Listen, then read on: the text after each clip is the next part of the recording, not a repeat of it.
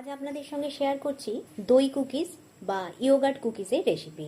যদি কখনো বানিয়ে খেয়ে না থাকেন তাহলে অবশ্যই একবার এই রেসিপিটা বানিয়ে খাওয়ার অনুরোধ রইল। খুবই সুন্দর হয়, খাস্তা আর হালকা মিষ্টির একটা কুকিজ। তাহলে চলুন এখন পুরো রেসিপিটা দেখে নেওয়া যাক।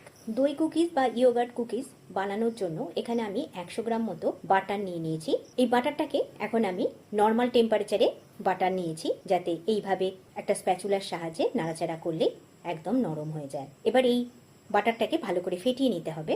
সেই জন্য আমি কিছুটা করে চিনি গুঁড়ো এর মধ্যে দিয়ে দেবো আর এটাকে ফেটিয়ে নেবো। এখানে আমি 80 গ্রাম মতো চিনি ব্যবহার করছি। নর্মাল চিনিকে আমি গুঁড়ো করে নিয়েছি মিক্সিতে। সেই গুঁড়ো থেকে 2 চামচ করে তুলে আমি ভালো করে বাটারটাকে ফেটিয়ে নিচ্ছি। দেখুন আমি 3 দফায় মাঝে মাঝে চিনিটা দিয়ে আর বাটারটাকে ভালো করে ফেটিয়ে নিয়েছি। এখন আমাদের বাটারটা খুব ভালো মতো ফেটিয়ে নেওয়া হয়ে গেছে। এবার এখানে দিয়ে দিচ্ছি 100 গ্রাম টক দই। যে নর্মাল দই আমরা ঘরে পাতি বা দোকান থেকে কিনি, সেই দই আমি এখানে ব্যবহার করছি। এই দই দেওয়ার পর ভালো করে বাটার আর চিনির মিশ্রণের সঙ্গে আরও একবার ভালো মতো ফেটিয়ে নিচ্ছি দইটাকেও। এবার দিয়ে দিচ্ছি 1/4 টিস্পুন মতো নুন, সেটা দিয়েও মিশিয়ে নিলাম। আর দিয়ে দিচ্ছি 230 গ্রামের মতো ময়দা।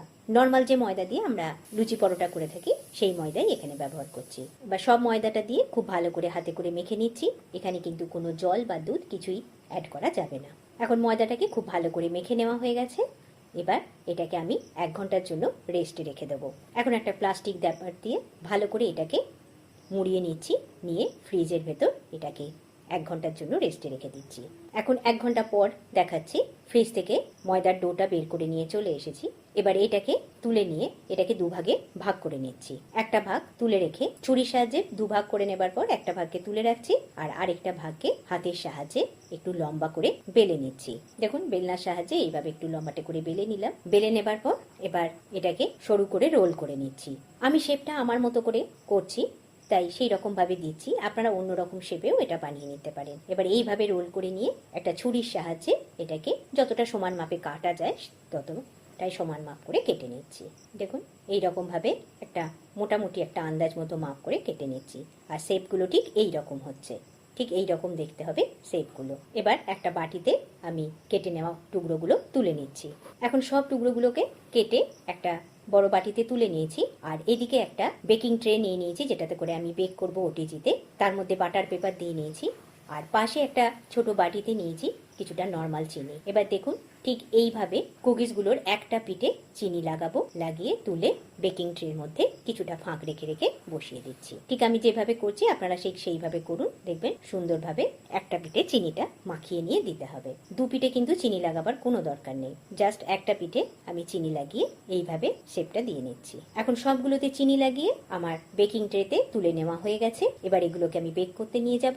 ওদিকে ওটিজিটা আমি 180 ডিগ্রি টেম্পারেচারে 10 মিনিটের জন্য প্রিহিট করে নিয়েছি। এবার সেই প্রিহিট ওভেনে 10 থেকে 12 মিনিটের জন্য এটাকে বেক করে নেব।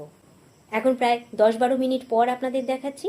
আমি বেকিং ট্রে ওভেন থেকে বের করে নিয়ে চলে এসেছি। এখন ট্রের মধ্যে কুকিজগুলো খুবই গরম আছে। দেখুন দেখতে কতটা সুন্দর লাগছে, সুন্দর বেক হয়েছে, দেখতেও সুন্দর। আর এগুলো খেতে কিন্তু ভীষণই সুন্দর, একটা অন্য ধরনের টেস্টের কুকিজ এটা। আশা করছি রেসিপিটা আপনাদের সকলের ভালো লাগবে। এখন গরম কুকিজ আপনাদের একটু তুলেও আমি দেখিয়ে দিচ্ছি। দেখুন উল্টো দিকটাও কতটা সুন্দর বেক হয়েছে, সুন্দর কালার ধরেছে, সুন্দর বেক হয়েছে আমাদের সমস্ত কুকিজগুলো। এবার একটু ভেঙেও আপনাদের দেখিয়ে দিচ্ছি। দেখুন কতটা ক্রিস্পি হয়েছে আমাদের কুকিজগুলো, দেখতে তো ভীষণই সুন্দর।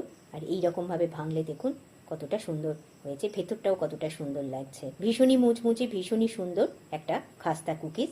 অবশ্যই বানিয়ে খেয়ে দেখার অনুরোধ রইল। এখন একটা সার্ভিং ডিশে আমি কুকিজগুলোকে তুলে আপনাদের দেখিয়ে দিচ্ছি। দেখুন কতটা সুন্দর লাগছে। রেসিপিটা কেমন লাগলো জানাতে কিন্তু ভুলবেন না। এই রকমই নিত্য নতুন রেসিপির আপডেট পাওয়ার জন্য অবশ্যই চ্যানেলটিকে সাবস্ক্রাইব করে রাখবেন। আজ তাহলে বিদায় নিচ্ছি। সকলে ভালো থাকুন, সুস্থ থাকুন। আবার হাজির হয়ে যাব এই রকমই নিত্য নতুন রেসিপি নিয়ে। Thanks for watching.